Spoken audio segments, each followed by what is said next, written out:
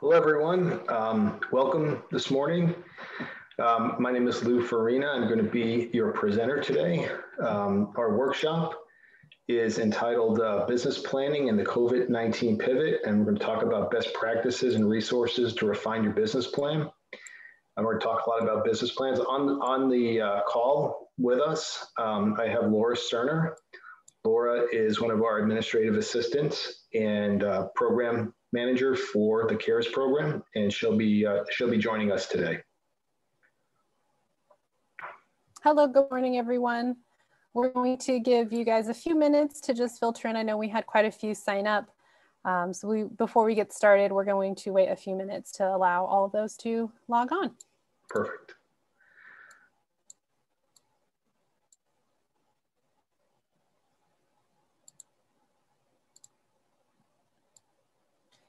While we wait, just a few housekeeping things. If you have a question, be sure to put it in the Q&A box that lets us collect any questions. So if there's any questions at the end that we haven't answered, we can look to see which ones are left over. And if you have any comments or feedback, please put those into the chat box, as that would be the best place for us to view that feedback.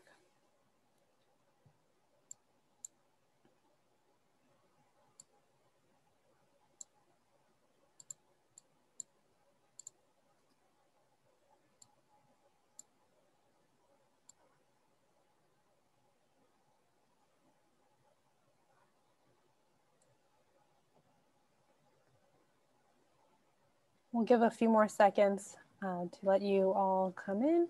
It looks like we're still having a few attendees trickle in.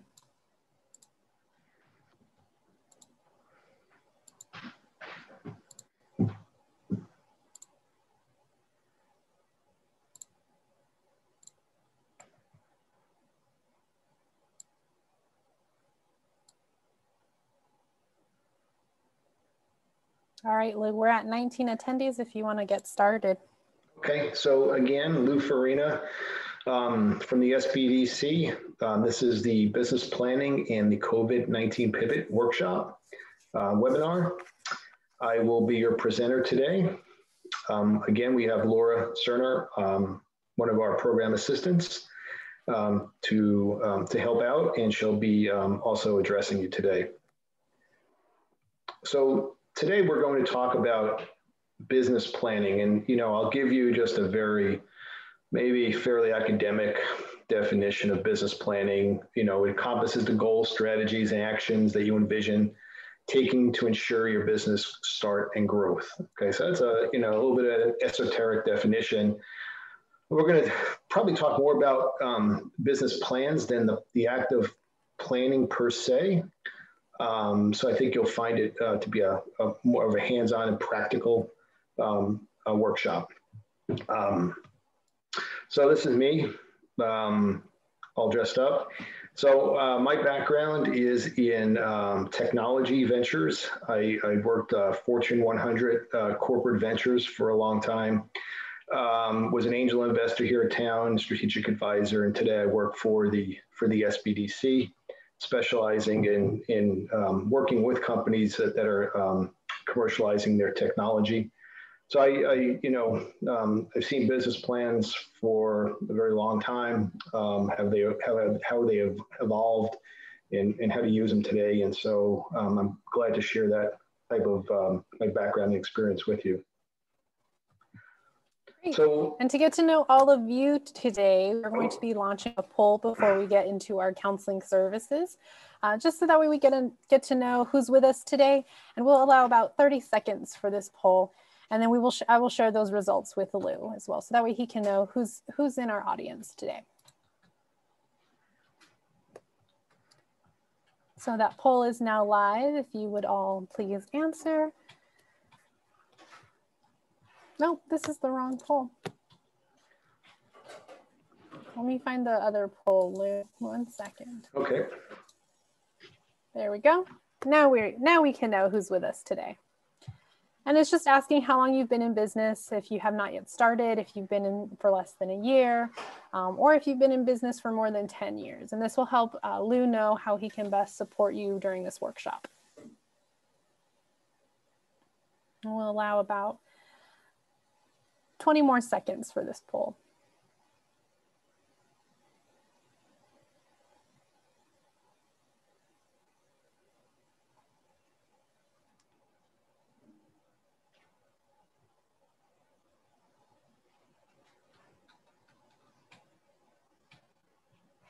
All right, Lou, so it looks like we got everybody, well, almost half of everybody has answered now.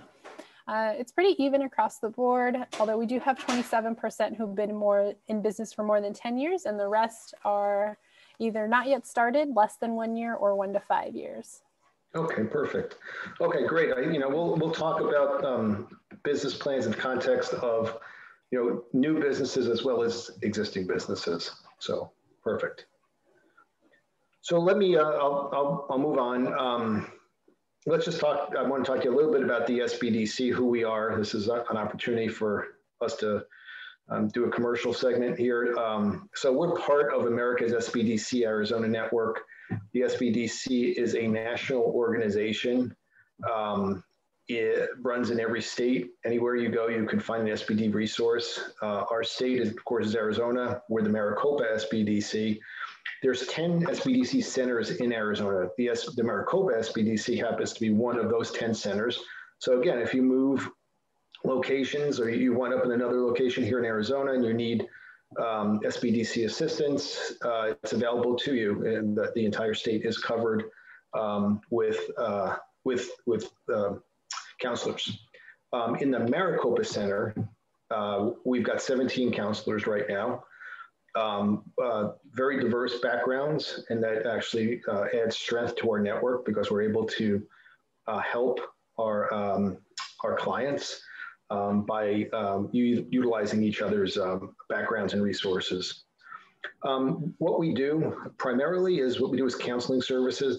These are one-on-one sessions with our clients over what we hope to be the life of their business, a long-term engagement. And it's at no fee because it's prepaid by your taxes, and we're funded through the SBA, the Maricopa Community College District, as well as some grants from the ACA and the city of Peoria. The other thing we do is training, and you're experiencing some of that right now. Our training, pre-COVID was in person. Now we're switching to more of an online model, but you'll see various, and Laura will talk more about some of the training that's coming up with specifically regarding to COVID and CARES Act. And we've got other training that is ongoing programming. And then there's other resources. We've got some tools we'll talk to you about that you can use, some market research services and connections. Really, we provide a lot of connections.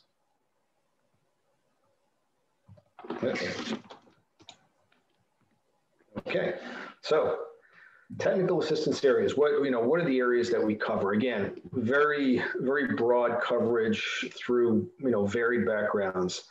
A lot of what we've done here in the last 8 months is disaster loan assistance. Kind of came to us. We've developed an expertise there in some of the CARES Act funding. A lot of what we've done for a long time and before disaster loan assistance is lender readiness. If you need a loan, a lot of bankers will ask you to provide a business plan as well as some other documentation, and many times they refer them back to us to help you prepare for a loan. We do financial reviews, resiliency assessments, marketing skills assessments. We can advise on buying, selling a business, exit strategies. We've got some specific manufacturing expertise, some specific technology, commercialization expertise. We have some folks that have deep backgrounds in export and international trade. And we have an arm of our SBDC called PTAC that helps with government contracting.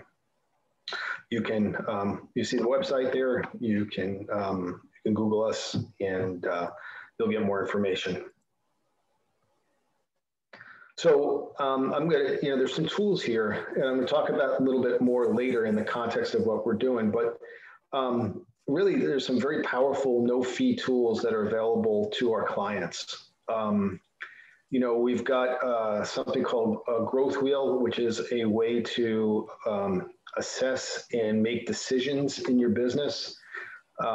We've got Live Plan, and this is particularly good for business plan. It helps you start your business plan and review your business plan as well as financials in a very easy way. There's Profit Sense, which is a financial analysis tool. And the nice thing about Profit Sense is it's got, you'll see, I don't know if you can see SageWorks up there.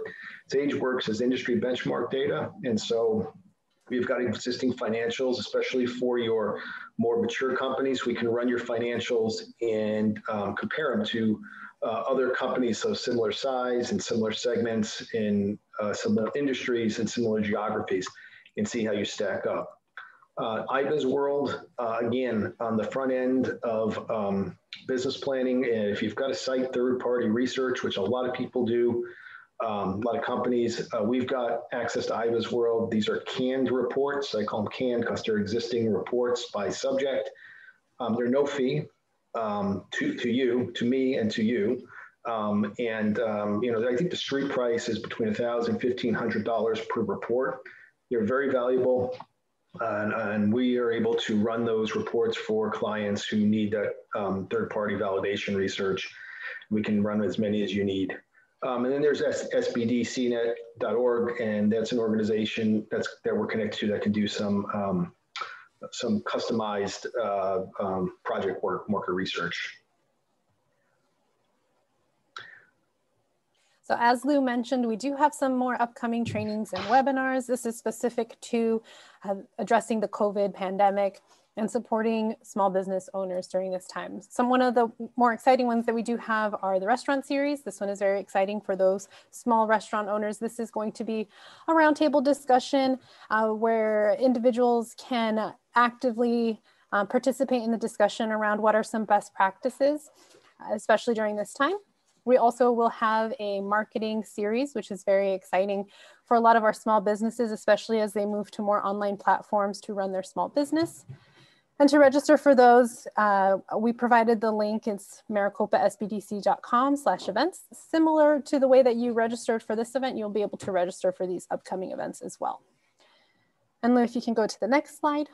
We will also be talking about building financial strength during the COVID pandemic. We know that this is really hard for a lot of small businesses. So we're going to be talking about different ways to manage your finances during this time. And then the other part of it is funding your business during the pandemic as well. So we have a lot of financial-based webinars that are coming to you here in the next month. Okay, thank you, Laura. I'm going to tell you a little bit about how this workshop will be organized, what we're going to talk about. Initially, we're going to talk about what business planning is, and then we're going to spend a good amount of time on why you should write a business plan. And then we'll talk about what the key elements of a good business plan are. And I will not be listing out any kind of template of all these subjects that you should address. I'm going to give you some of my wisdom based on what I've seen over the course of my lifetime, and some tips. And then again, we'll talk about the resources that can assist. Again, if there's any questions that come up, please enter them into the chat box. Laura has access to it, and she can stop me, and I can address them. So I like to start out with this cartoon because it reminds me of an experience. And the caption is, "Hey Harv, sometimes when it comes to a business plan, simplicity is best." And there's a picture of a guy with mountains and mountains of paper. And then I think when you tell people or talk to folks about a business plan, this is what they think. Oh my gosh, it's this 4-inch binder of material. And very early in my career, I had to do a presentation. I was looking to find some internal resources for a venture, and I went to see our vice president. And I walked in with my business plan bound, it was bound at that time and just thick. And then my presentation slides, I had probably 40 slides. And I got to about the third slide, and he stopped me. He said, "All right, Lou." He just looked at me and he said, "Applesauce." And I looked at him and I said, "Ricky, I don't know what you're talking about. The cafeteria doesn't open until, like 11 a.m. So help me." He said, we laughed, and he said, "No, Lou." He said, "You don't understand." He said, "I don't have time to plant the trees. I don't have time to pick the apples. I don't have time to slice the apples. You got to bring me applesauce. And what he was telling me is, I sit here all day and I make decisions based on information that people give me, mostly allocation of resources. And so the simpler you can make it, the easier for me to digest it, the better chance you have of getting through the meeting and being successful. So I share that with you. And that's one of my themes through this is being able to be concise and be clear. This is a duplicate slide. You saw this in the beginning, so I'm going to skip it. So the process of business planning, and I like this analogy, I'm a visual person, so the creation of a blueprint for your business, right? So if you have ever been involved in building anything, a construction project, anything, you wouldn't just walk out onto the site and start digging and pouring concrete and putting up studs, or you would have a blueprint, right? You would have engineering plans. And it's the same thing with a business. I mean, before you invest your time and your resources, the planning phase is really critical, and the ability for you to get it down on paper is even more critical. And so right now you're probably thinking, okay, Lou, I read a lot of stuff, and boy, on the internet, I heard the business plan is dead. You don't need a business plan anymore. And I've even come across that in some of our SBDC workshops, to tell you the truth. And you could even look up, on Amazon, there's a book with that title and a whole program. And you may also say, hey, and I also read that, I saw and I hear this all the time. There's a business in my industry that just raised $10 million with a few presentation slides and a pitch. And that may very well have happened. But, the background, the context behind something like that is usually somebody who's on their maybe their third venture, and had 2 successful exits and put a couple $100 million into venture capital's pockets and profits. And so, yeah, they cut a little bit of slack. But for the majority of us, mortals, it just doesn't work that way. Now, I'm not, the business plan in the form of a 50-page strategy document takes you a couple of years to write. You sit down and you put it on your computer, and that's just a waste of time. We don't do that anymore. And really the point here, and what I want to discuss is the business plan it's not dead. It's really important, but it has evolved, and it is evolving.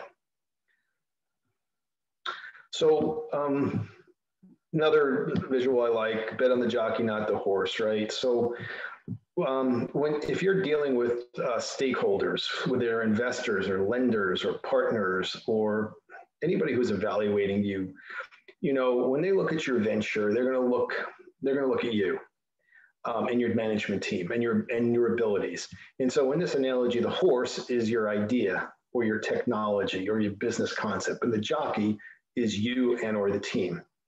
So, with the focus on the jockey, the focus on you, they're going to want to see if if you can write a business plan, and 2, if you're willing to write a business plan. And it's very important from a credibility perspective. Okay, another reason. This is another visual. So anybody out there has ever sit on the other side of the table trying to evaluate businesses or even help businesses?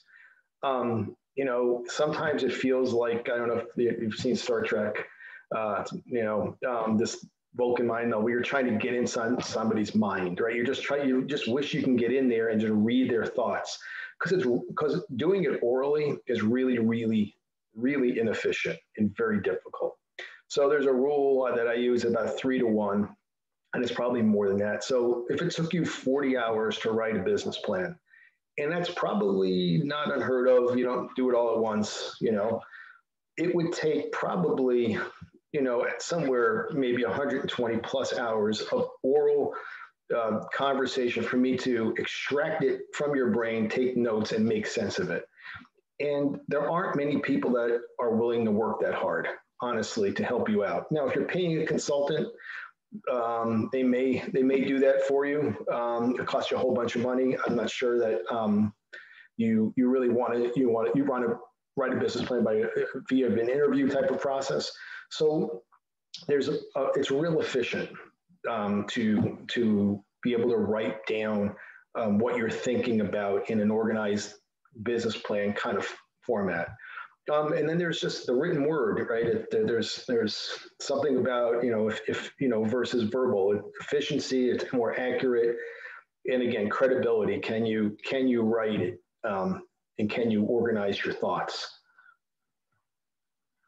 So the target audience, we're going to talk a little bit about who really you have to create this business plan for, and what are the situations, especially if you're a startup or you're thinking about something new, whether maybe it's even within an existing business. I have a new business concept, or I'm pivoting on my business. I've been in business 8 years and things I just haven't gone real well during this pandemic, and I've got some new approaches. The first person you should write it for is yourself. And whether, whether you're asked to by a lender or by an investor or by a partner or by an incubator or anybody, I will tell you in my experience that writing it for yourself is really very beneficial. And it will look different when your thoughts are put on paper. I can guarantee you. And I guess there's a saying that I've heard that it says, writing is the universe's way of showing you how sloppy your thinking really is. And that's not anybody individually, it's just all of us. When you take it out of your head and you put it on paper, it looks very different. It enables, writing it, there's a higher level of thinking that goes into it. It's more focused. You can organize it, your goals, your priorities. You'll uncover voids in thought. You'll address subjects that you've completely overlooked.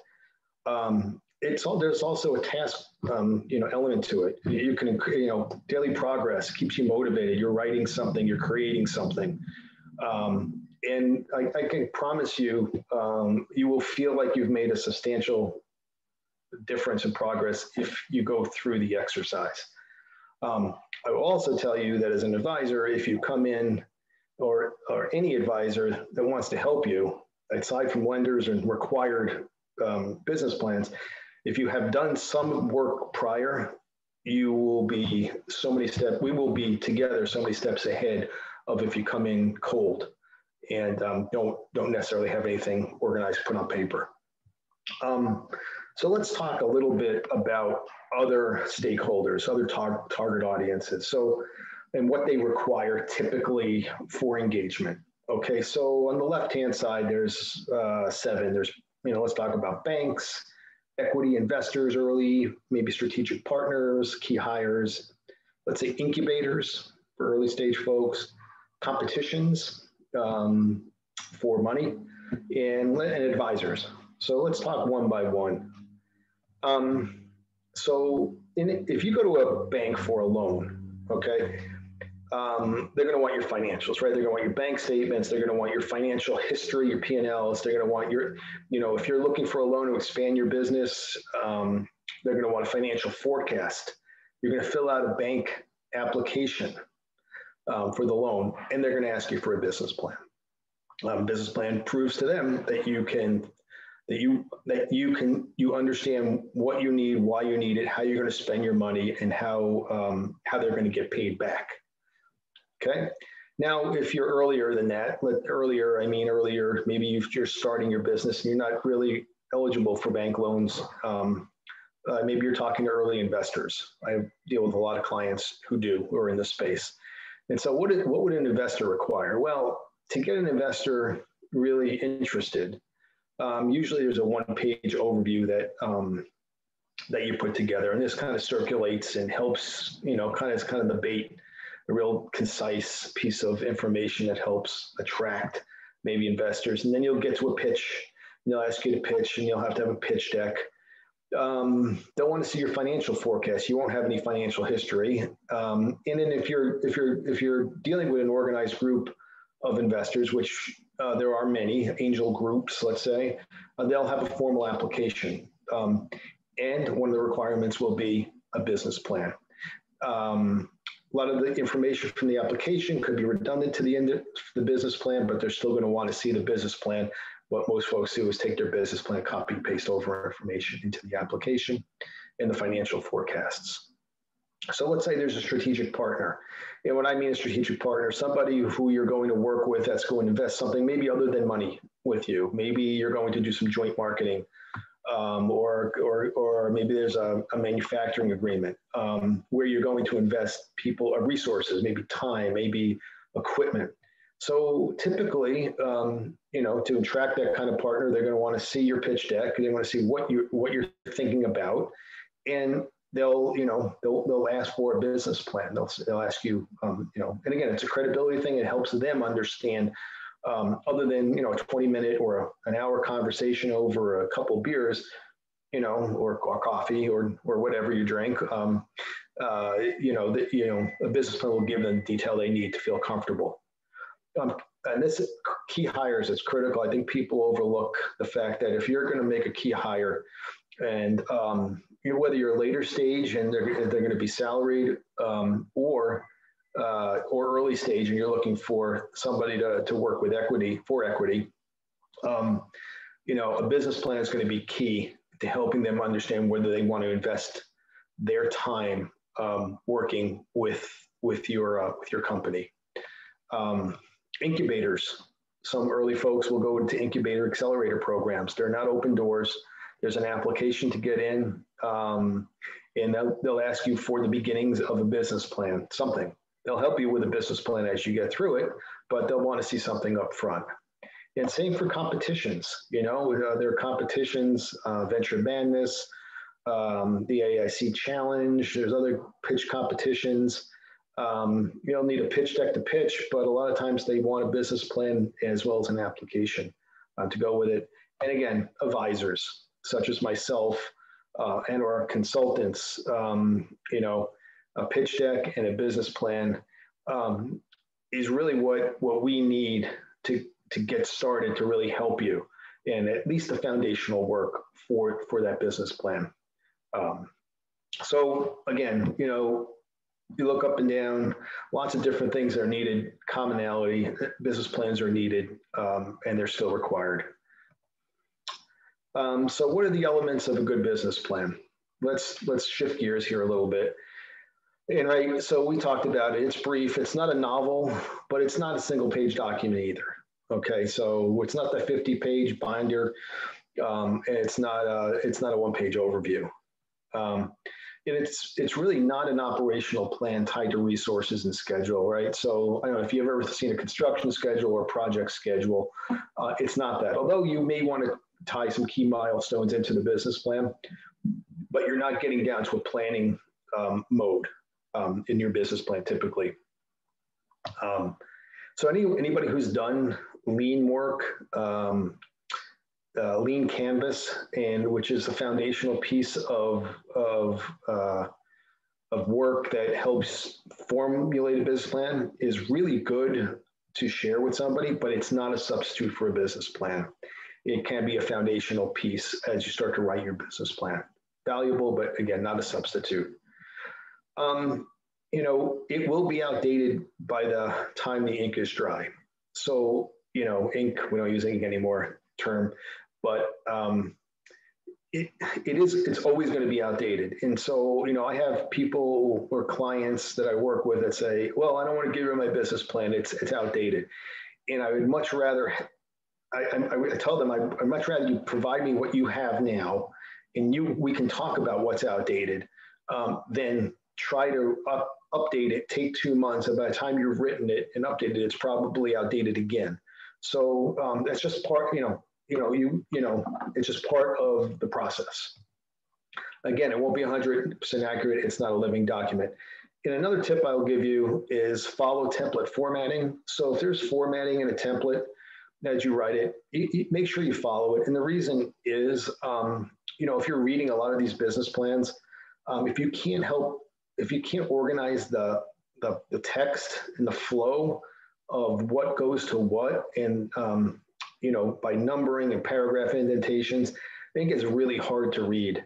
And then it becomes a little confusing. And the worst thing that can happen in the business plan is people stop reading it. So just very quick tip about follow the template formatting if there's something provided to you. Okay, so let's get into some specifics about business plans. And again, I'm going to give you 5 or 6 things that I think are important. It's not exhaustive. This is not an exhaustive list. This could be a 2-day seminar if we wanted it to be, but I'm going to give you just some of my experience and wisdom here. So the first thing I start with is an executive summary. And I start with the executive summary because it's very important, but it really should be written last, okay? It's no more than 2 pages.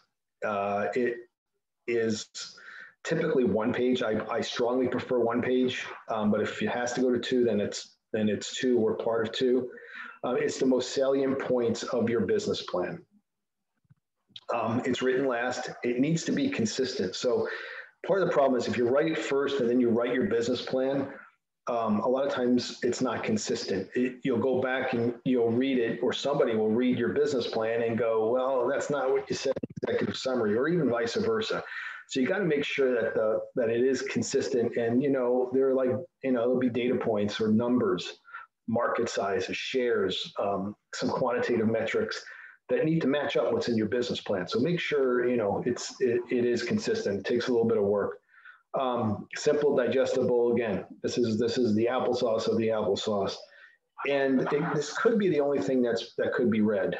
Many times, you'll read the executive summary and that helps you decide whether you're going to read the rest of the document, right? So if this isn't clear and concise and not compelling, then you typically don't read the rest of the document. However, if you're interested, you may not even read the rest of the document entirely. You may audit it. You may go to some sections that you think are important and read it that way. But it'll only be if you've gone through the executive summary and feel comfortable.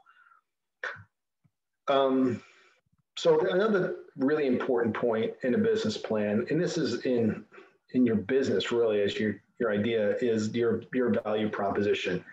It's that key that, describing the capabilities that allow you to produce or deliver some kind of value your customer wants that your competition can't. You got to communicate this in the clearest, benefit that the customer receives from giving you their business. What is the problem being solved? You can, this is often talked about as pain points. What is the pain point? And differentiation. How is it different? I'm going to, we'll talk now about the market section. So there's a market overview that needs to be in any business plan. And this is describing your understanding of the overall market, dynamics, size, space. So, one of the things we look for is what is the size in units and dollars, preferably dollars. Is the market growing? Is it mature? Is it stable? What is the growth rate, CAGR? I'll explain that in a second. What's the market outlook long term? What is it short term? Can you specify sources of secondary data? Again, can't provide me market data without specifying it. Very few people are really capable and qualified to be able to actually do their own market forecasts. And when they do, it tends to be very cumbersome. So you're better off getting a third party, at least in the beginning. And on the left here, I've got an example of a $5.7 billion market that's growing to $12.2 billion from 2020 to 2025. That's 5 years.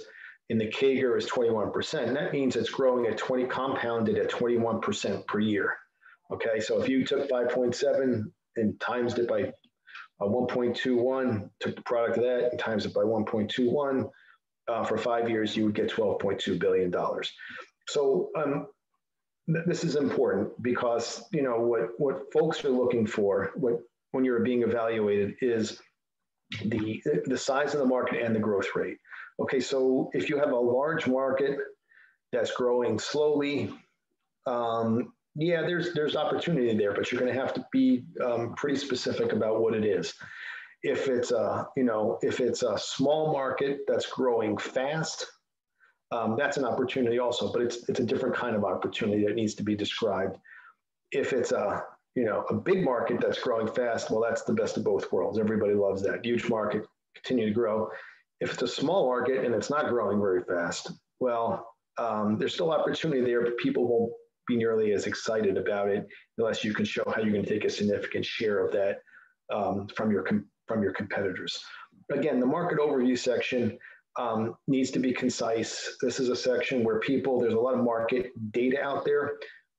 What people will tend to do is copy paste a lot of market data just to think they're showing they know what the market is doing, but it's really just listing information.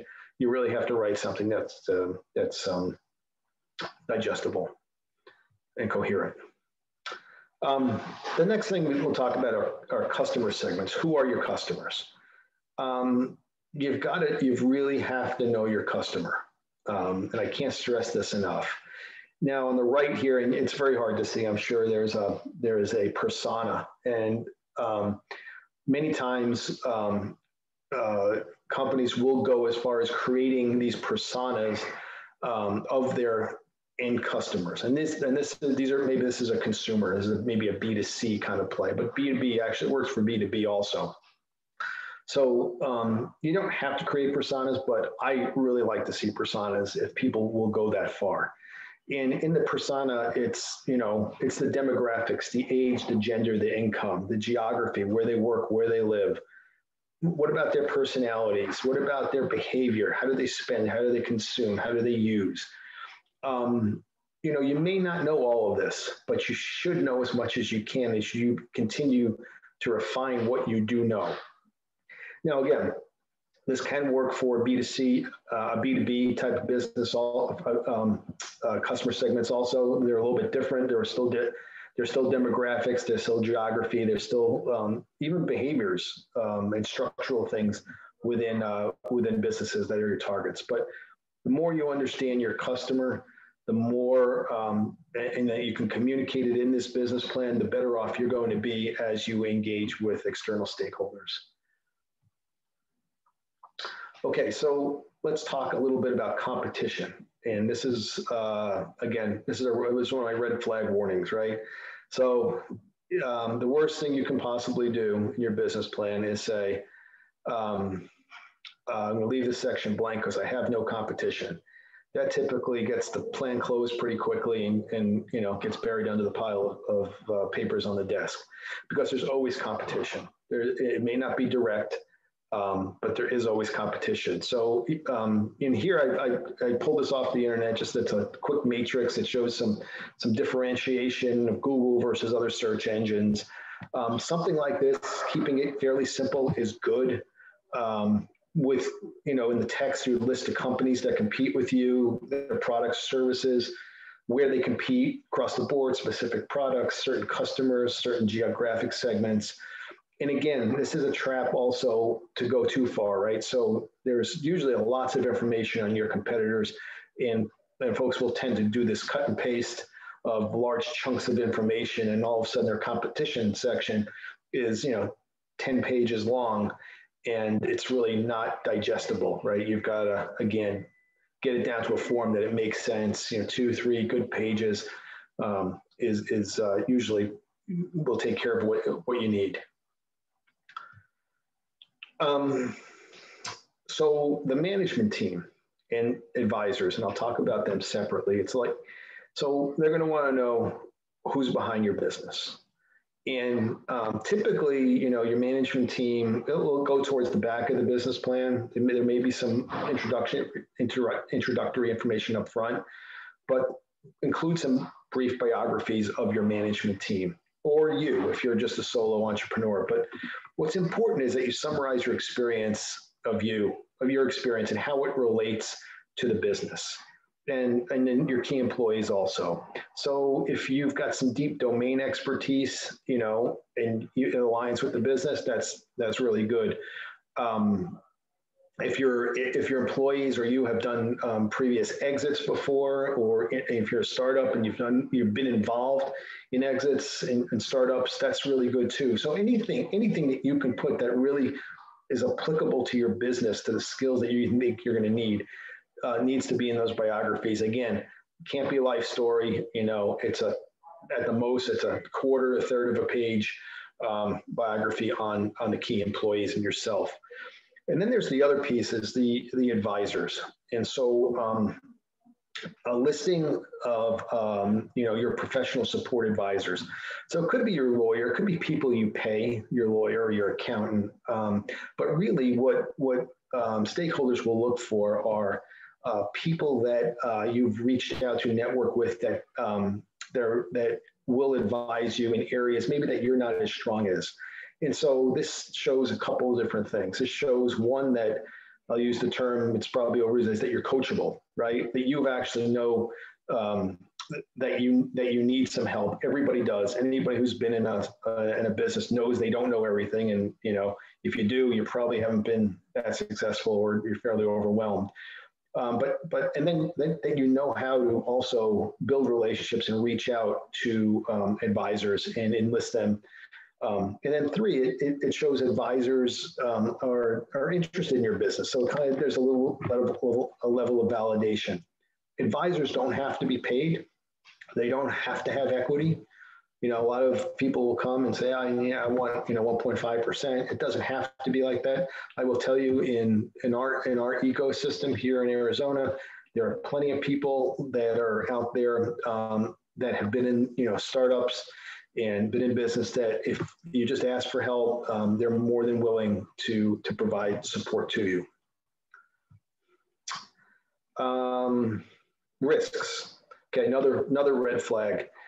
No, there's no risk in my business. This is slam dunk. Okay, so usually that again closes the document, or really, if you're doing a pitch, usually people just kind of check out, because anybody who's in business knows there's always risk.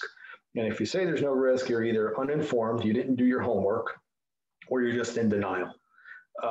Because it demonstrates a knowledge of the business, and it shows that you understand the risks. And if you can't identify the risk, you can't manage a risk.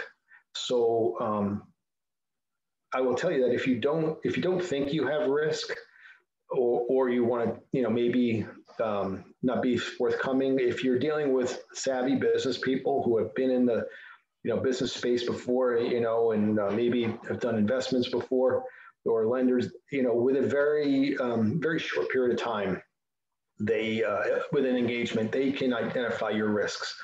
But you don't want to make them work that hard. And, many won't work that hard, depending on how interested they are.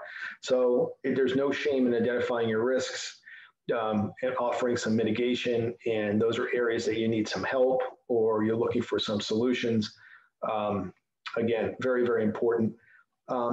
If you are on the early stage and you're raising equity, you do have a legal obligation to disclose. So there's a due diligence process. You go through the due diligence. It's a lot like buying a company. You got to provide all kinds of information, and if you hold anything back materially, impact, then there could be some legal recourse at the end. So people will respect you, I think, and be more willing to assist and potentially invest resources and or time or money if you're upfront about your risks. And then finally, last piece here is the financials. And this is, unfortunately, this is really critical.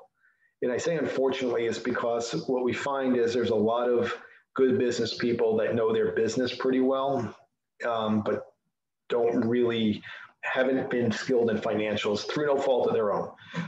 But I will tell you that you don't want to farm this out. You don't want to contract this out. You don't want to give it to your CPA to manage your financials for you.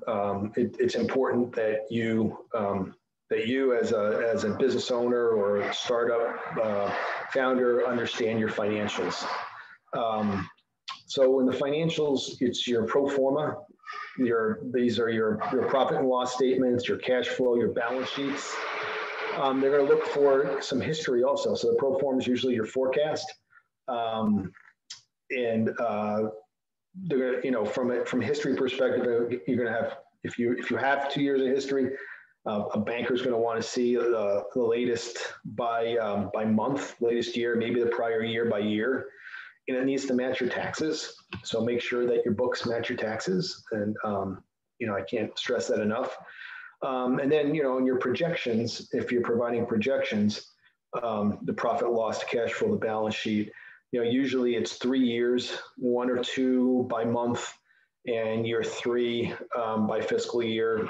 You can go out to year 5 on fiscal year if it's required. So, but it's important. And I've got a little, there's an example here of it looks like a P&L statement, an income statement, which is what we call a P&L. Again, investing in your financial education is very important. The SBDC has resources to help you. There are other resources to help you, but this is critical and a really big part of your business plan. So here we're going to start to wrap it up, but I just want to talk a little bit about resources that can assist you. So again, your SBDC advisor, and I will add your SBDC programs. So there are some programs that can help you. We have some pre-venture programs that help you with the financials or the foundations, and an SBDC advisor. If you go to SCORE, and I can't remember what the acronym stands for, but if you go to the SCORE website, there's tons of really good templates if you want to work from a template. Again, I mentioned earlier the Live Plan. This is a online tool that will help you get started. And it's typically, it's fee-based, but we through the SBDC have licenses that we can provide our clients. It's proven to be very beneficial in getting people started at least. And it'll do your financials too. It'll help you start your financials without having to do an Excel sheet, which is kind of nice. And then we have Growth Wheel, which I haven't listed here, but that's also foundational and can help you start to think about your, many things that need to be in your business plan. There's the SBA. The SBA has also resources. If you hit their webpage and Google, SBA and business plans, they'll give you some advice. Because then, the SBA is promoting, of course, the lending and supporting lending for small businesses. And they want to show you what they think that their lenders, the banks that they work with will need to be able to make the SBA loan. So they provide a lot of information. Depending on who you're talking to, if there's somebody asked you for a business plan and you haven't written one, or you can ask them, for an example, or if they have a template, and even if you had one, an existing business plan, you could reformat it into their template, just to match what they're looking for. Because again, there's no one formula for a business plan. And then again, you can do an internet search, right? You can search this all day. There's tons of stuff out there on business plans. I think we do have Laura. one question. Yeah, we do have one question for you. Go ahead. It's from Jacqueline. Please explain Proforma again.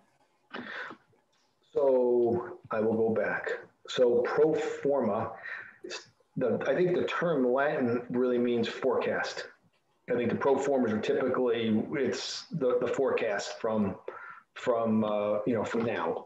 But the typical Proformas, the statements themselves are profit and loss, cash flow, and balance sheet. A profit and loss is your income statement. It's your revenue versus your cost over a certain period of time, whether it be a month or a year, and it gets down to profit, right? So you have your revenue, you have your costs listed out in certain, and you'll see it on my example here. And then your income and your taxes, and you get down to profit. Cash flow is kind of like your bank statement. So profit and loss doesn't track to cash exactly, because when you recognize revenue, doesn't mean you actually get your revenue in a profit and loss statement on an accrual basis typically. So cash flow statements like your checkbook, it's what's happening with cash in your business. Many times you can, profitable businesses will fail because they grow too fast and don't have enough cash. So there's cash flow statements. And a balance sheet is a balance sheet of your net worth. It's your assets and your liabilities, and then your owner equity. So it's all a list of all your assets, things that are in your business, all the liabilities that are in your business, the difference being, right, what you own versus what you owe is a difference between what you have, which is your equity.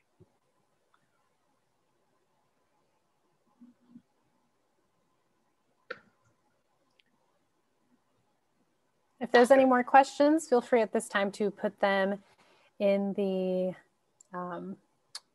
Q&A or the chat. Either one would be fine for now.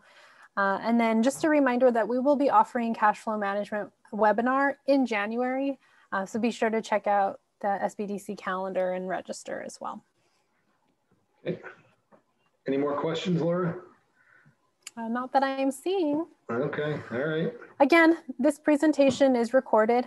We will be posting it on our website, which will take you to a YouTube page to view that. And that will be sent out once the webinar is available for you.